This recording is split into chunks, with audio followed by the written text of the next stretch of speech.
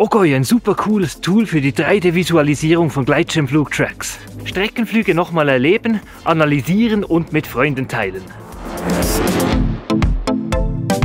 In diesem Video zeige ich euch, wie Ogoi funktioniert, was man alles damit machen kann und viele Tipps und Tricks. Dann will ich auch noch das Thema Kartendaten und Kosten mit euch anschauen.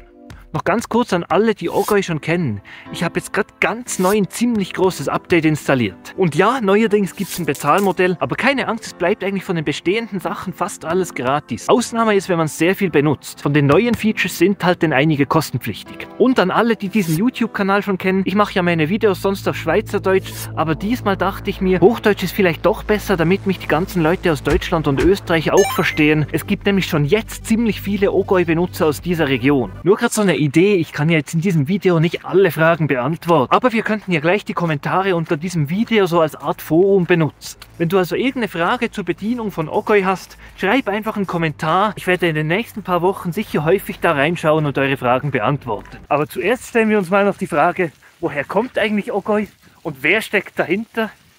Seit Oktober 2022 gibt es Avery nicht mehr. Avery, vielleicht können sich ein paar von euch erinnern, das war ein ziemlich geiles Tool, um Gleitschirmtracks in 3D anzuschauen. Ich habe das auch immer in meinen Videos auf diesem Kanal benutzt. Und als ich da gesehen habe, dass das eingestellt wird, dachte ich zuerst mal, Scheiße, was mache ich jetzt? Ich habe mich dann nach Alternativen umgeschaut und irgendwie einfach nichts Vernünftiges gefunden. Und weil ich ja zufälligerweise Programmierer bin, habe ich mir gedacht, ich probiere mal aus, ob ich das auch kann. Nach ungefähr 100 Stunden Arbeitszeit hatte ich dann auch einen halbwegs funktionierenden Prototyp. Ich habe mir dann gedacht, es kann ja nicht so eine Sache sein, da richtig was draus zu machen. Ja, das war's dann halt doch. Inzwischen habe ich jedenfalls so irgendwas grob zwischen 500 und 1000 Stunden da rein investiert. Ist halt einfach so passiert. Aber dafür konnte ich jetzt da auch einige Features implementieren, die mir im Avery immer gefehlt haben. Also schauen wir uns doch mal die wichtigsten Features von Ogoi an. Also so sieht Ogoi aus, wenn ihr zum ersten Mal drauf geht. Als erstes müsst ihr euch jetzt hier mal ein Login erstellen. Das geht relativ schnell, aber ihr braucht es, um Ogoi benutzen zu können.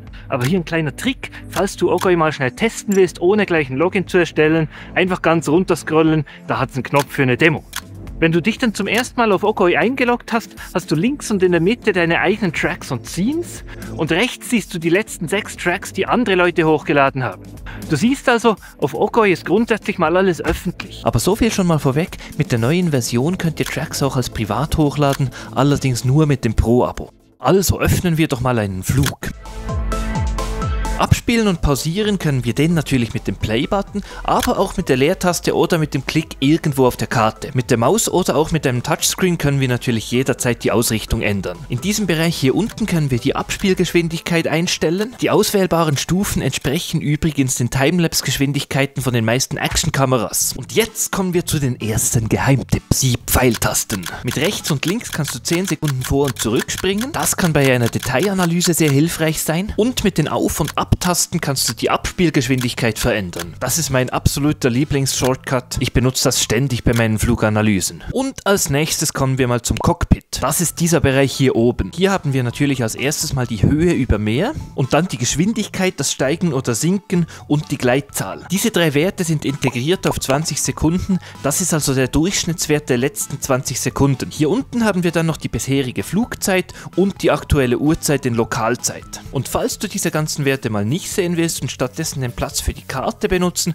kannst du den ganz einfach hier ausblenden. Hier unten haben wir dann noch die Timeline. Auf der sehen wir direkt das Höhenprofil von unserem Flug und wir können hiermit sehr effizient durch unseren Flug durchnavigieren. Und auch hier kann es natürlich durchaus mal sein, dass uns diese Timeline zu viel Platz einnimmt. Dann können wir die hier einfach minimieren. Die Navigation funktioniert im minimierten Zustand übrigens genauso gut.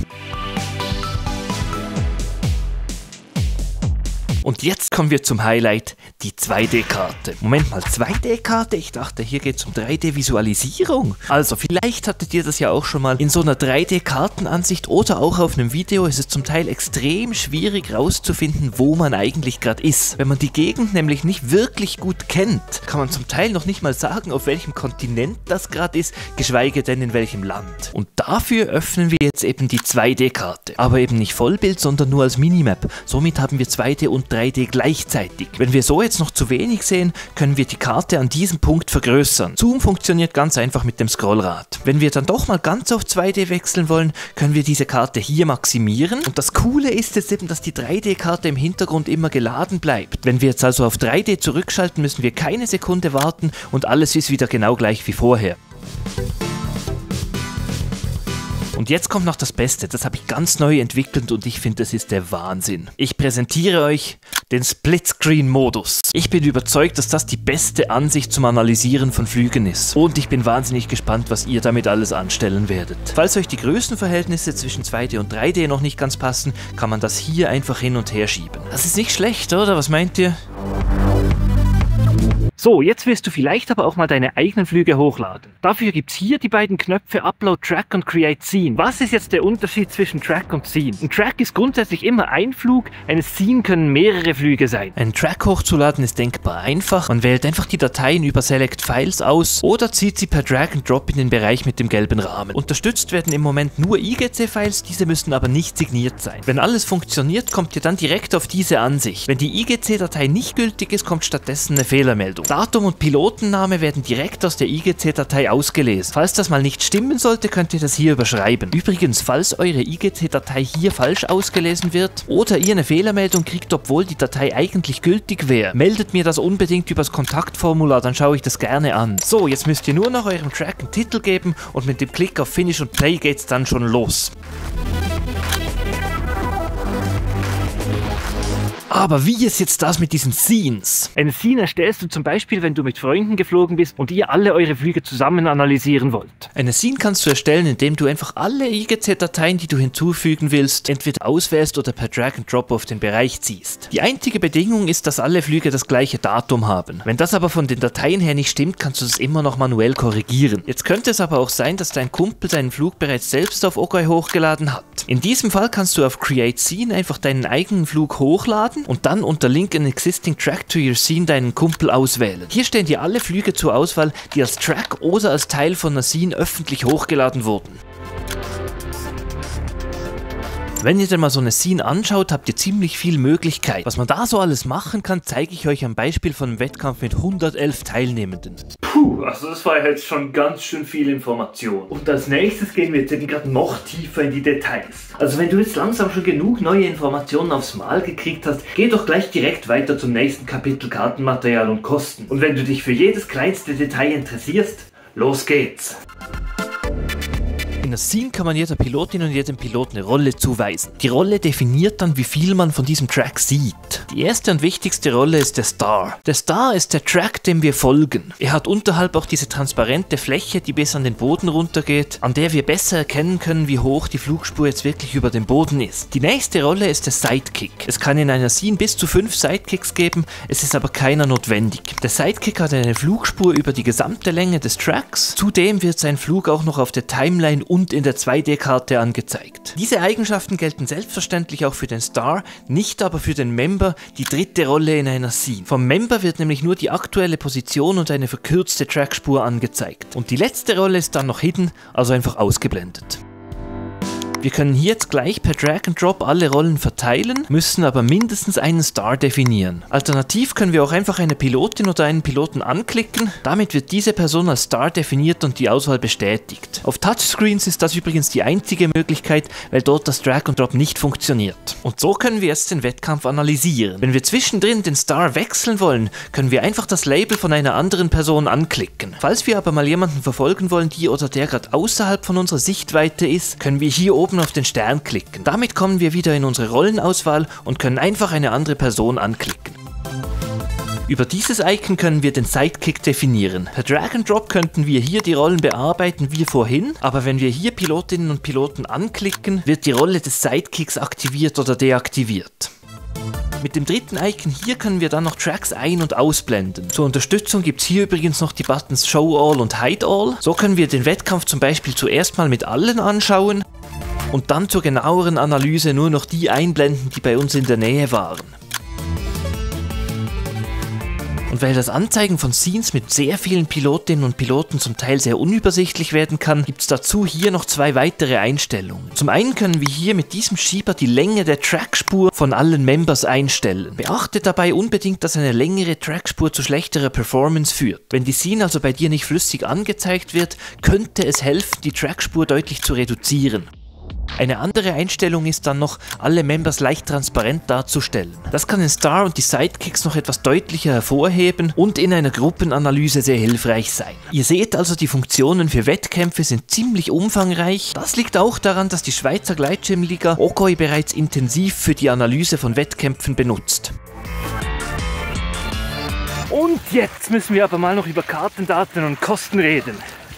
Um eure Flüge so darzustellen, brauchen wir einiges an Daten. Das ist mal eine Elevation Map, das ist aber nicht so ein Problem, weil das relativ wenig Daten sind. Aber dann brauchen wir eben ganz viel Satellitenbilder. Und das ist eben ein größeres Problem, weil diese Daten müssen wir laden bis in den hintersten Winkel von dem, was du eben noch siehst. Satellitenbilder beziehe ich jetzt über einen Kartendatenanbieter, über eine API, also eine Programmierschnittstelle. Und das ist eben relativ teuer. Ich habe dazu verschiedenste Anbieter evaluiert, preislich sind die alle so ungefähr auf dem gleichen Level. Aber qualitätsmäßig gibt es da ziemlich große Unterschiede und die Daten, die ich gefunden habe, finde ich, sind also mit Abstand die besten. Ich habe da übrigens auch schon ziemlich viele Rückmeldungen gekriegt. Ich glaube, wir sind uns einig, dass diese Daten ziemlich gut sind.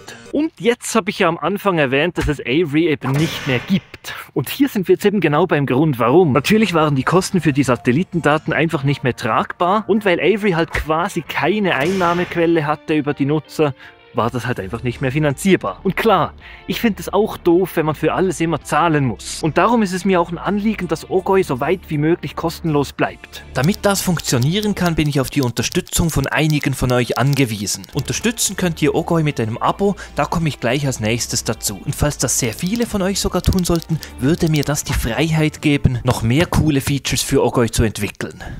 So, und jetzt zeige ich euch die Ogoi-Abos.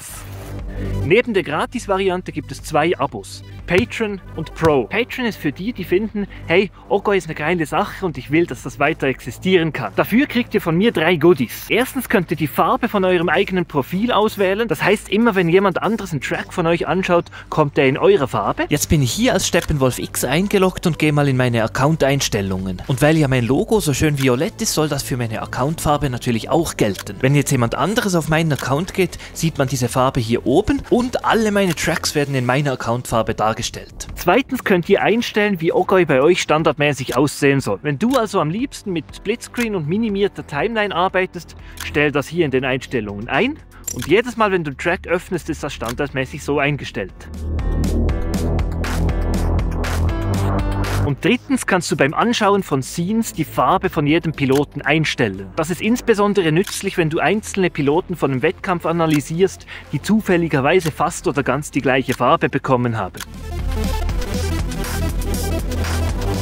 So, und was kostet jetzt der Spaß? Das Patreon-Abo gibt es für 2 Franken pro Monat, wenn du es jährlich zahlst, also 24 Franken pro Jahr. Oder alternativ für 4 Franken pro Monat, falls du es monatlich zahlen möchtest. Und dann gibt es ja noch das Pro-Abo. Mit dem Pro-Abo hat man selbstverständlich alle Features vom Patreon-Abo dabei, aber zusätzlich auch noch private Tracks und Scenes und die Möglichkeit, dass man einen Kartenstyle auswählen kann. Wenn du also ein Pro-Abo hast und einen Track oder eine Scene erstellst, hast du hier respektive hier die Möglichkeit zwischen Public, Unlisted oder Private auszuwählen. Public bedeutet, dass der Flug für alle angezeigt wird, so wie das ohne Pro-Abo immer der Fall ist. Auf der anderen Seite haben wir Private, das heißt nur du selbst kannst den Track oder die Scene anschauen. Die mittlere Option ist dann noch Unlisted. Das bedeutet, dein Flug wird zwar für andere nicht angezeigt, aber Leuten, denen du den Link gibst, können ihn trotzdem anschauen. Und jetzt noch zu den Kartenstyles. Wenn wir ein Pro-Abo haben, können wir hier in den Einstellungen den Kartenstyle für die 2D und für die 3D-Karte einstellen. Bei der 3D-Karte ist das Satellitenbild ja die Standardeinstellung und die wird für die meisten Fälle auch die beste Option sein. Wir könnten jetzt hier aber auch auf die Open Topo Map wechseln. Das sieht etwas speziell aus, könnte aber je nachdem durchaus mal interessant sein. Weil diese Karte aber relativ hell und bunt ist, kann es zum Teil schwieriger sein, die Flugspur von der Karte zu unterscheiden. Darum habe ich jetzt hier noch eine dunkle Topo Map eingefügt. Aus den gedämpften Farben der Karte stechen nun die bunten Trackspuren deutlich besser hervor. Dafür wird es deutlich schwieriger, Texte auf der Karte zu lesen. Und falls ihr es gern minimalistisch mögt, gibt es hier noch die die reine Topokarte. Mit dieser könnte man allenfalls ästhetisch ganz interessante Ansichten erzeugen. Und jetzt kommen wir zum 2D-Kartenstyle und hier wird es deutlich interessanter.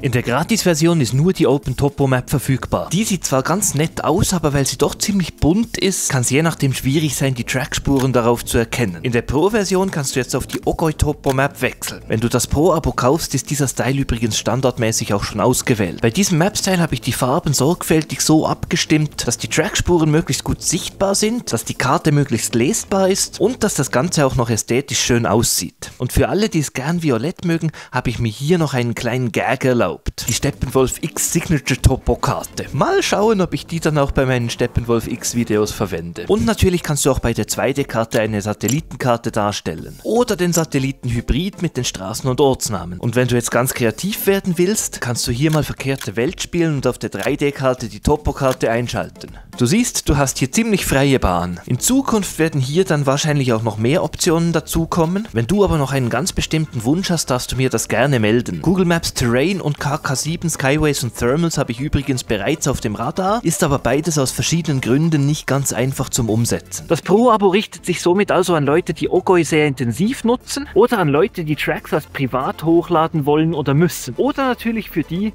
die Ogoi noch mehr unterstützen möchten. Preis für das Pro-Abo 5 Franken pro Monat, wenn du es jährlich zahlst, also 60 Franken pro Jahr, oder 8 Franken pro Monat, wenn du es monatlich zahlst. Eine kleine Limitierung gibt es dann noch in der Gratis-Version und das ist die maximale Anzahl von Tracks und Scenes, die ihr pro Monat anschauen könnt. Diese ist aber relativ großzügig angesetzt und sollte eigentlich erst zum Problem werden, wenn man Ogoi wirklich sehr intensiv benutzt. Und so funktioniert das Ganze.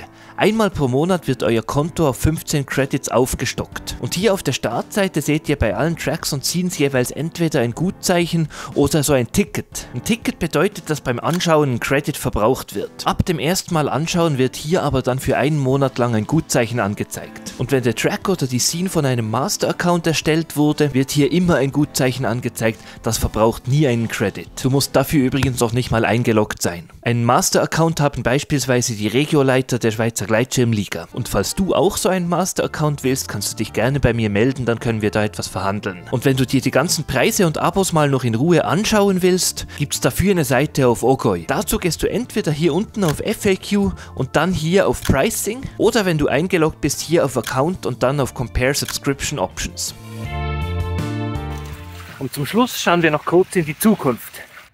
Versprechen kann ich euch leider nichts. Aber klar, ich habe jetzt so viel Zeit investiert, ich will Ogoi auf jeden Fall weiter betreiben. Und ich mache mir auch nicht die Illusion, dass ich die bisher investierten Stunden jemals bezahlt kriege. Jetzt gibt es das schlechteste Szenario, dass die Ausgaben irgendwann die Einnahmen übersteigen könnten. So wie ich es bis jetzt sehe, glaube ich nicht, dass das passieren wird. Aber falls es doch so weit kommen sollte, müsste ich die Gratis-Version dann halt doch so weit einschränken, dass man Ogoi ohne zu bezahlen fast nicht mehr benutzen könnte. Aber wie gesagt, ich glaube wirklich nicht, dass es dazu kommt. Hoffen wir mal auf das Beste.